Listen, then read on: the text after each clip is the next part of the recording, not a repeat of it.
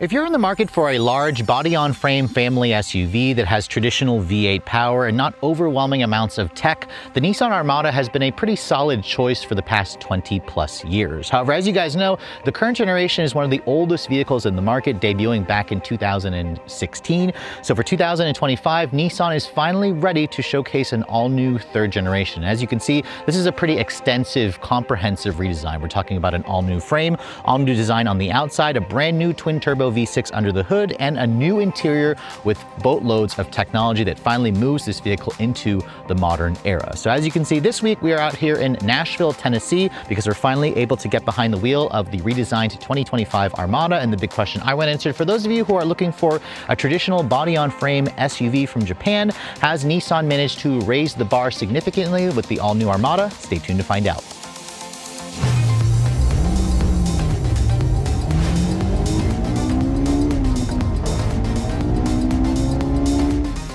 Now, before we start talking about the brand new exterior styling for this third generation Armada, I thought I'd pop the hood and remind you guys what's powering this thing. Now, one of the cool factors about the previous generation was it was one of the last vehicles available with a natural aspirated V8 from Japan. That engine has sadly been replaced, but in its place instead is a new twin turbocharged 3.5 liter V6.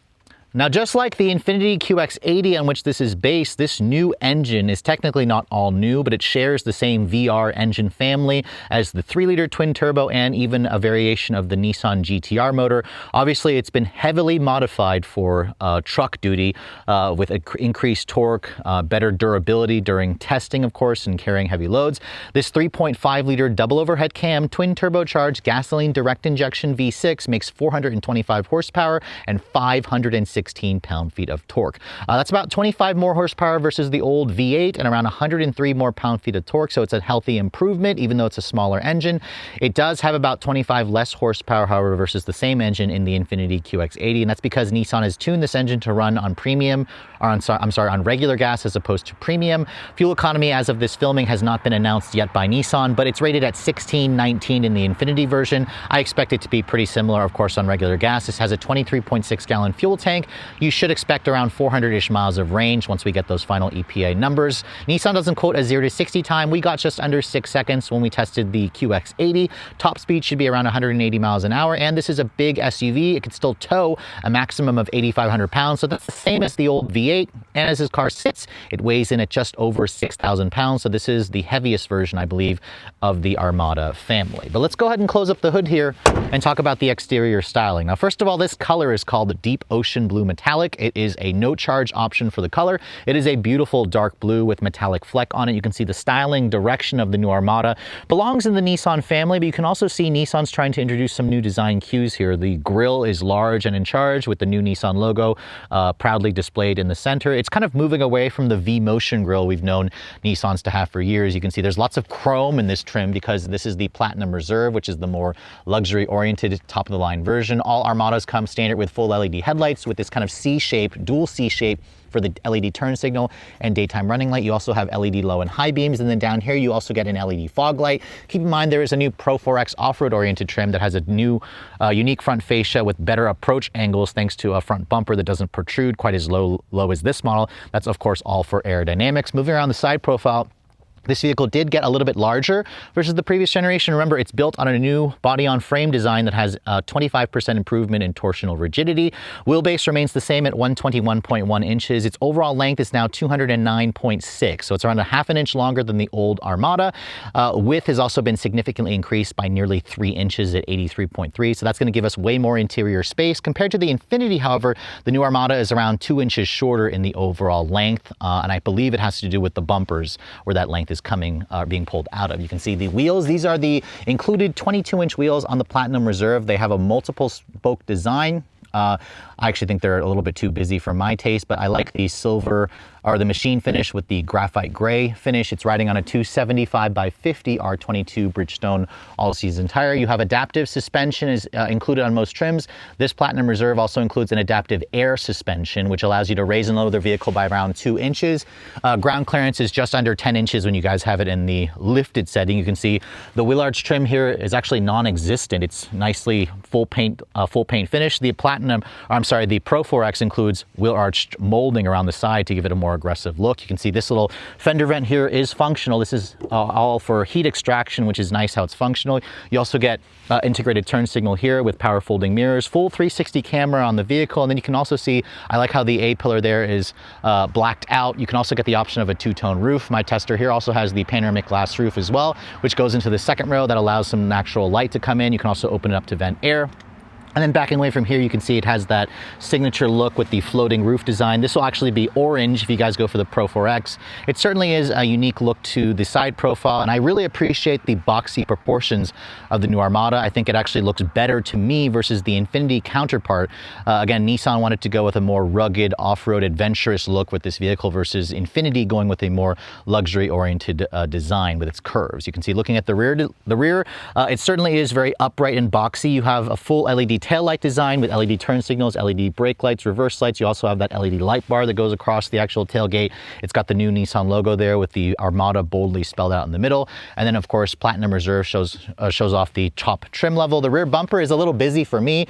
The tow hitch cover is going to be hidden beneath that center plastic area. You can see the rear exhaust is just a single outlet. It's tucked in underneath the rear bumper along with that spare tire, which is nice. There's a rear spoiler over here, which nicely hides the rear wiper along with the full camera system for the digital camera rearview mirror. And then in terms of the cargo area, the new Armada actually got a 25% bump in cargo space. So the third row is going to be standard. You get around 20.6 cubic feet of storage space. That's actually around 5 cubic feet more versus the old Armada, but it's also still 2 cubic feet short of the Infiniti QX80 by the numbers. You can see underneath my backpack here, there's a nice little carpeted floor mat. If you lift this up, you can also lift this up. You can see there's a little bit of underfloor storage over there, which is nice. If I want to fold down the seats, you basically can just push this button here. It's a one-touch fold for the third row that electrically folds it down on this trim.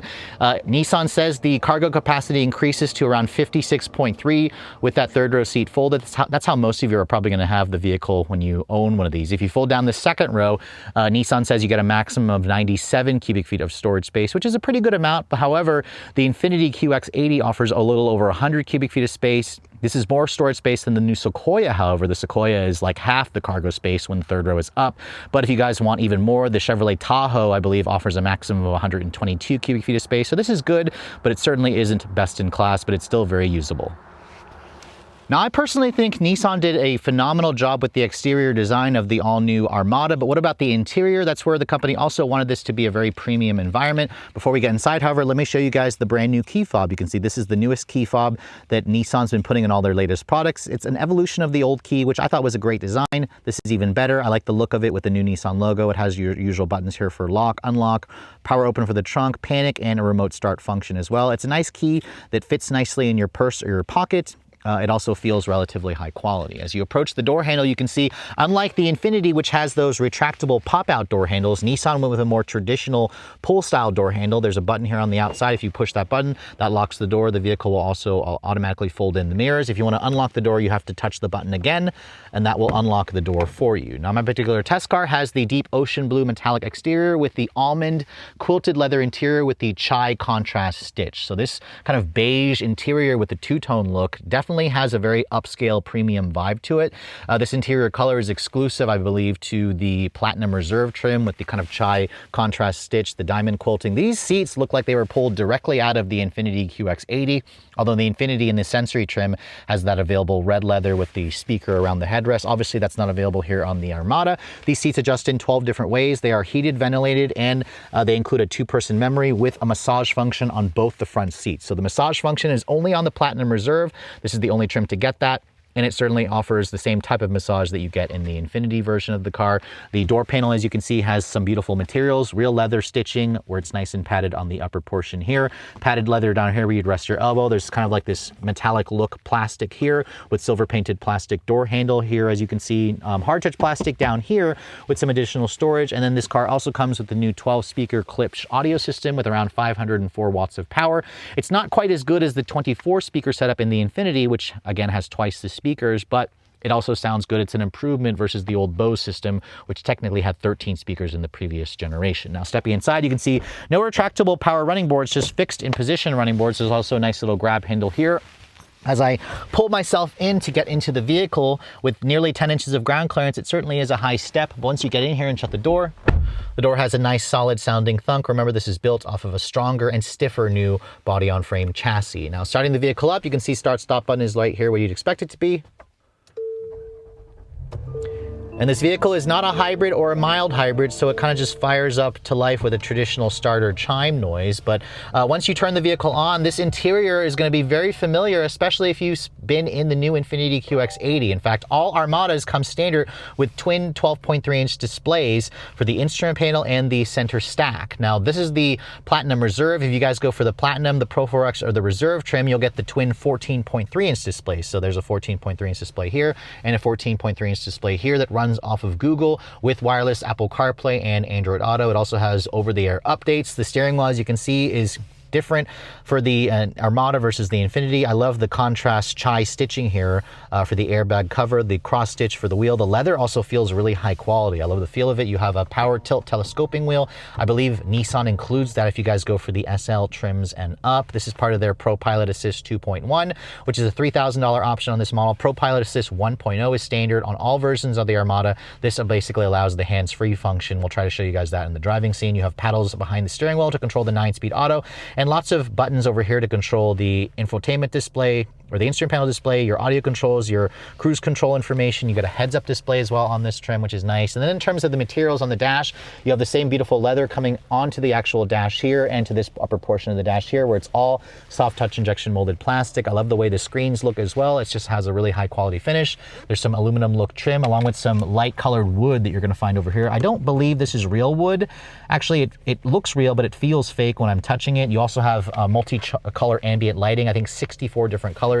I'll have to show you guys that when I actually get one for a full week to test.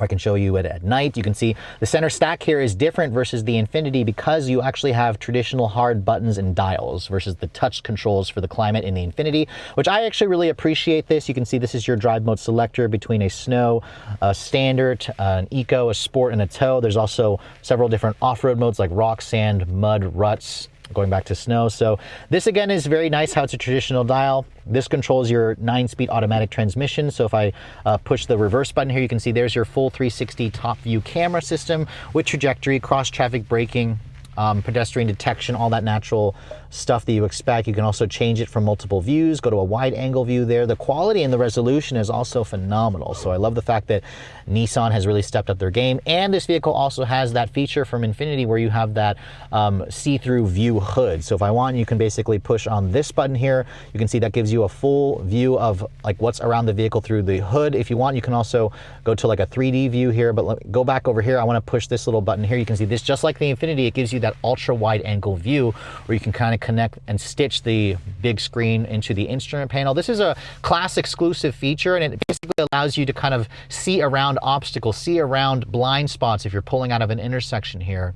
See bicyclists, see pedestrians, see dogs or animals or whatever it is.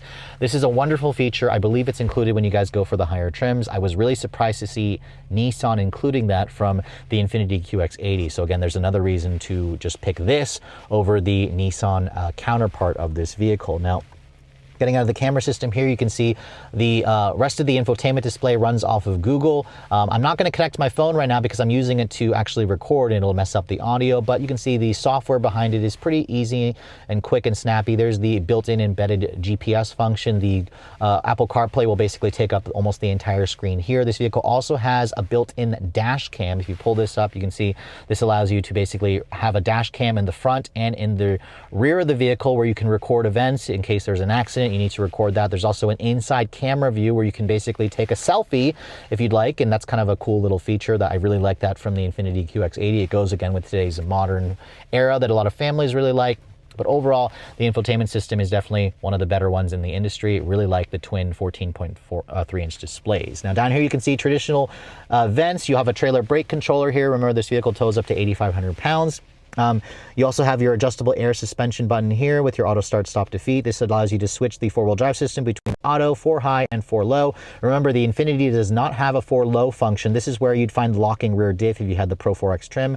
The Platinum Reserve doesn't have that, obviously. You have a wireless phone charging pad here, 2 USB charging ports, nice cup holders. This also closes up. It has like a metallic dark alloy look to it. You have some more silver painted plastic trim here with Armada boldly spelled out. Nice and padded center console armrest. This is where the Infiniti wasn't soft enough. When I was sitting in the Infiniti for a full week, I noticed my elbow was hurting every time I got in and out because it was hard. This, however, is nice and soft. So I imagine this is a fix that Infiniti is going to be doing because Nissan seemed to have gotten it right, which is nice. Open that up, you can see it's a relatively large center console. You have a little light in there, pretty deep storage, but no available cool box. That's something you can get in the Infiniti, where you have a cooler refrigerator in the center console. Not so in the Nissan.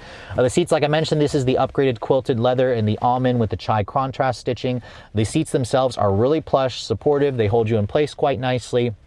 And the massage function works well. There's basically a button here that if I push that button, you can see that turns it on, and you can adjust that. You can go between relaxing, refreshing, and a lumbar massage. There's 3 different types of intensity. So again, this is only included on the Platinum Reserve trim, but it's great to see Infiniti has included that feature. The glove, Nissan, not Infiniti. Opening up the glove box, you can see it's damped but not lined with felt. It has a pretty good amount of storage for a bin style. This is also a nice padded outer lid of the glove box, which is kind of unexpected, which is really impressive.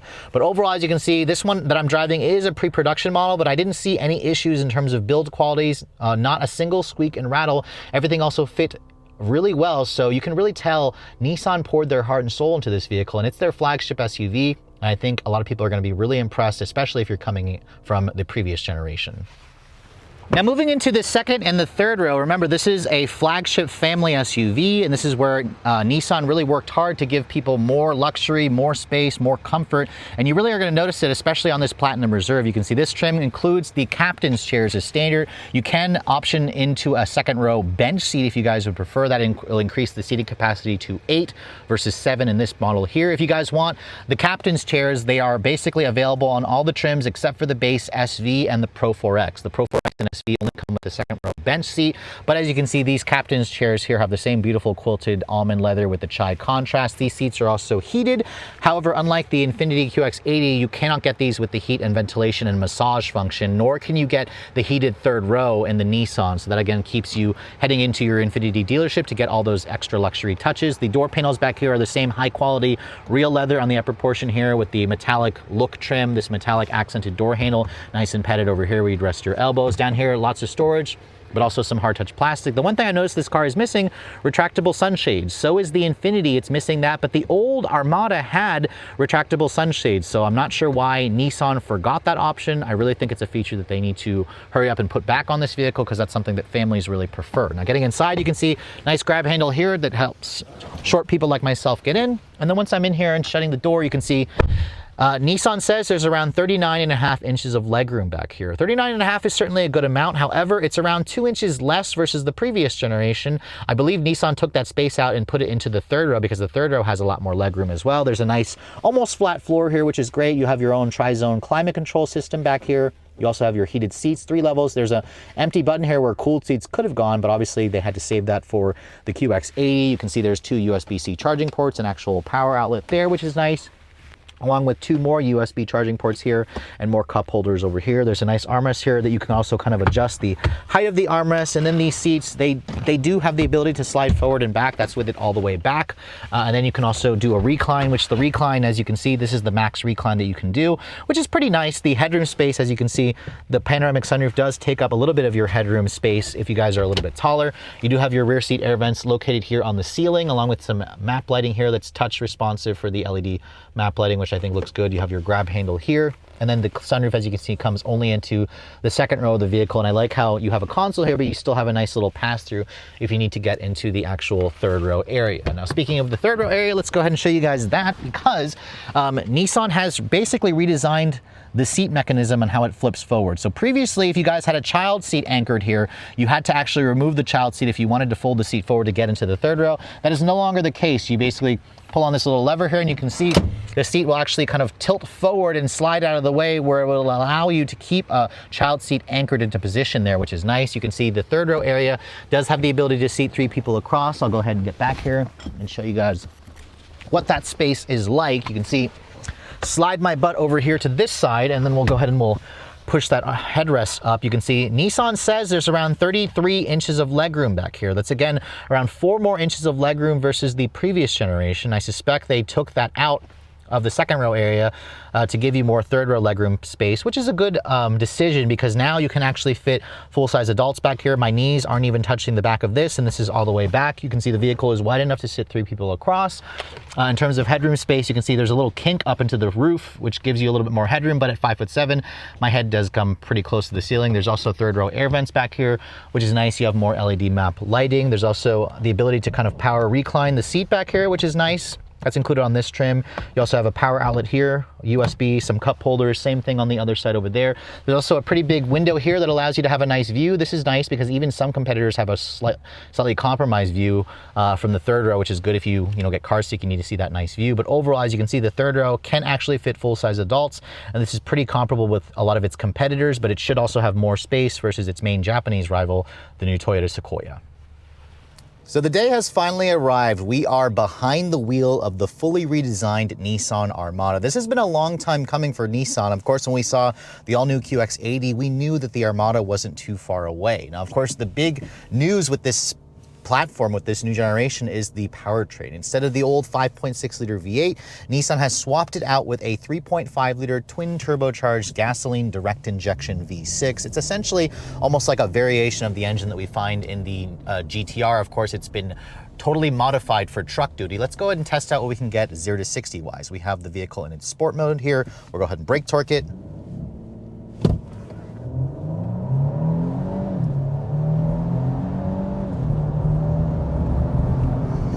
All right, we just got 0 to 60 in 5.8 seconds. 5.8 is actually pretty good. It's pretty much matching the time that I got in the last Infiniti QX80, which, remember, the Infiniti version had around 25 more horsepower. That's because it's tuned to run on premium gas. This is designed to run on regular fuel. We also are going slightly downhill here, so it could be a little bit slower if you guys do it on a completely level surface, but honestly, it's only a 2% downhill gradient, so it's not super downhill. But overall, it makes a great first impression. Remember, this engine is hooked up to a 9-speed automatic transmission that is built by ZF. This 9-speed auto has 2 more gears versus the old 7-speed automatic. And I have to say, putting your foot down here, the engine has plenty of grunt. It has tons of mid-range torque. It also enjoys to be revved out. It's a smooth engine. It also has a pretty nice sound to it. There are paddles on the steering wheel as well to let you control the 9-speed auto. If I start pulling the paddles here,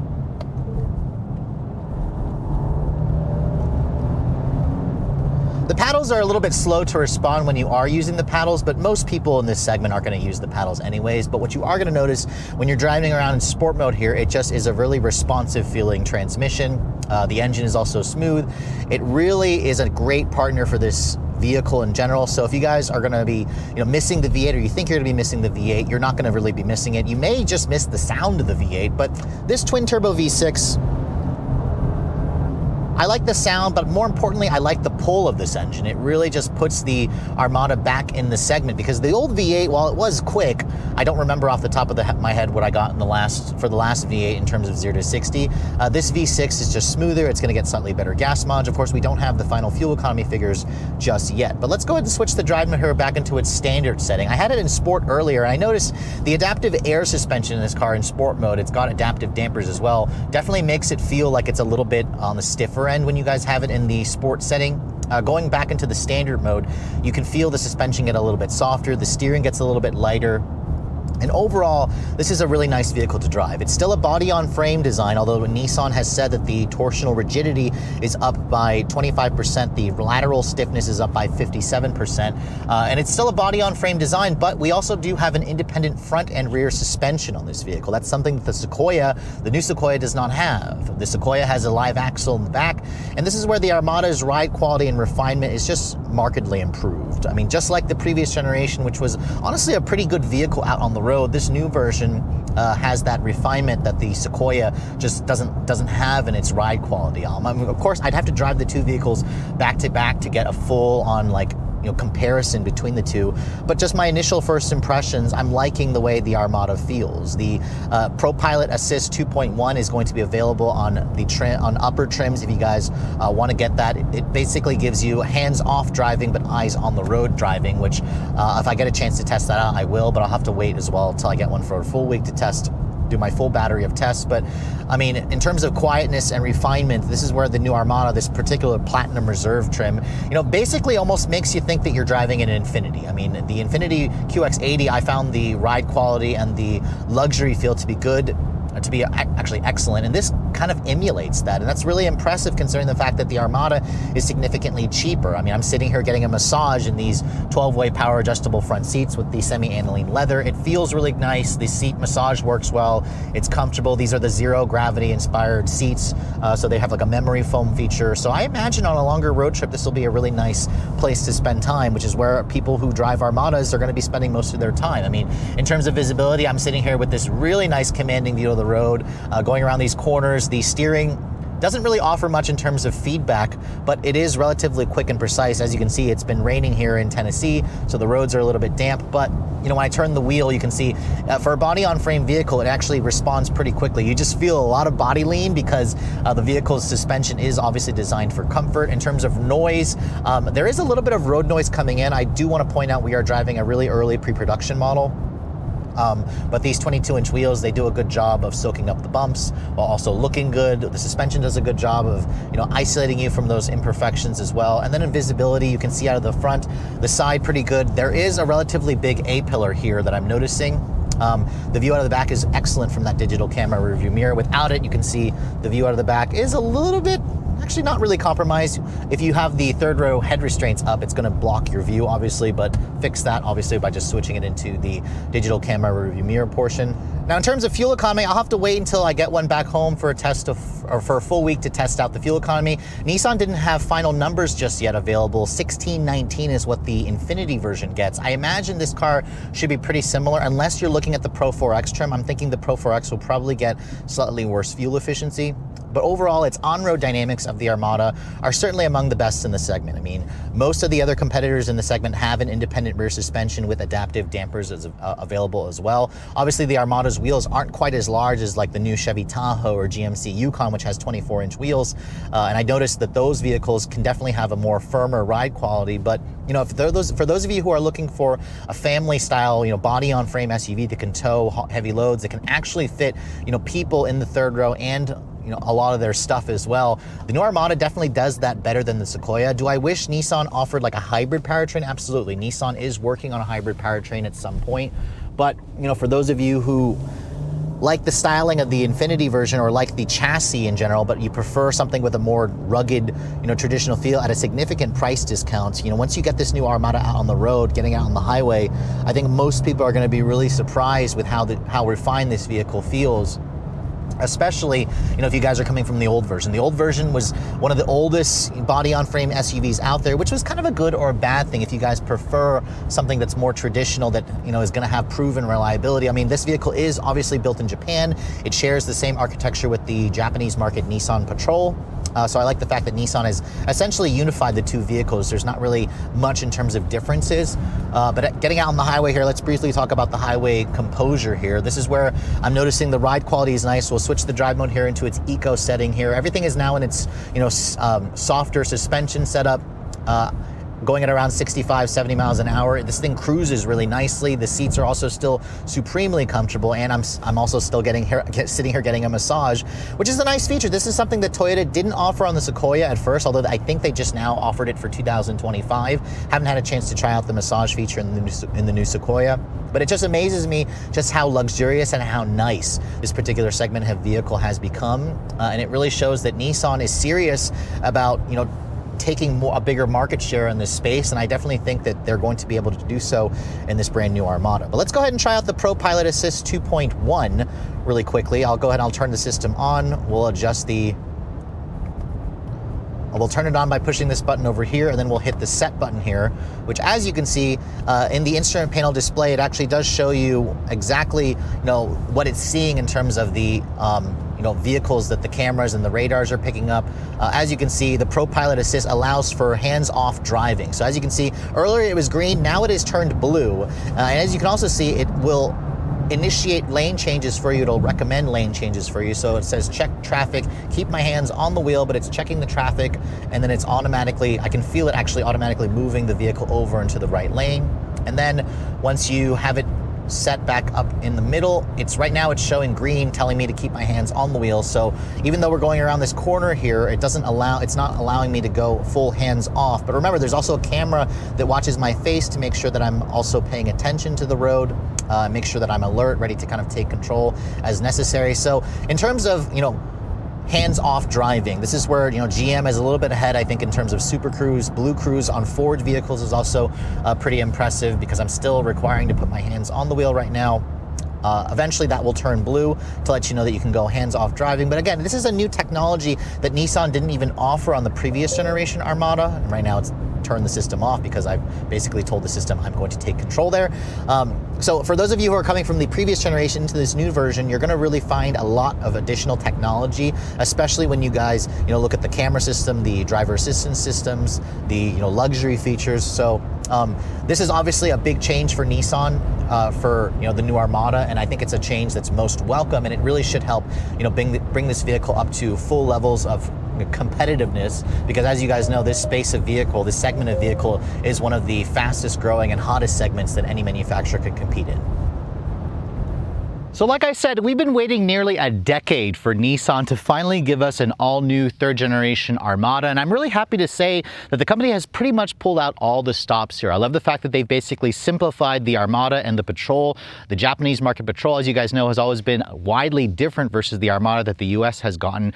Nowadays, they are actually two very similar vehicles with very small differences. So I think that's going to help with Nissan, of course, simplifying the build process, because as you guys know, the Armada continues to be built in Japan alongside its luxury cousin, the Infiniti QX80. And after spending the day driving the all-new third generation, everything that I liked about the QX80 is present here. The driving dynamics out on the road are also among the best you're going to find. It has a better ride quality versus its newest rival as well, the Toyota Sequoia, thanks to the all-independent suspension. It has more interior space as well in the second and the third row, and especially in the cargo area. The technology in this car with the twin 14.3-inch displays is basically lifted out of Infiniti. But at the same time, I also appreciate the inclusion of more physical controls as opposed to the additional touch control that Infiniti gives you for the climate function. I just think this vehicle in general is just easier to use. The interior also remains really quiet. You've got comfortable seats with massage function on the Platinum Reserve, which again are features that you typically expect for a luxury branded vehicle. And in terms of the engine, 0 to 60 in just under 6 seconds is perfectly great.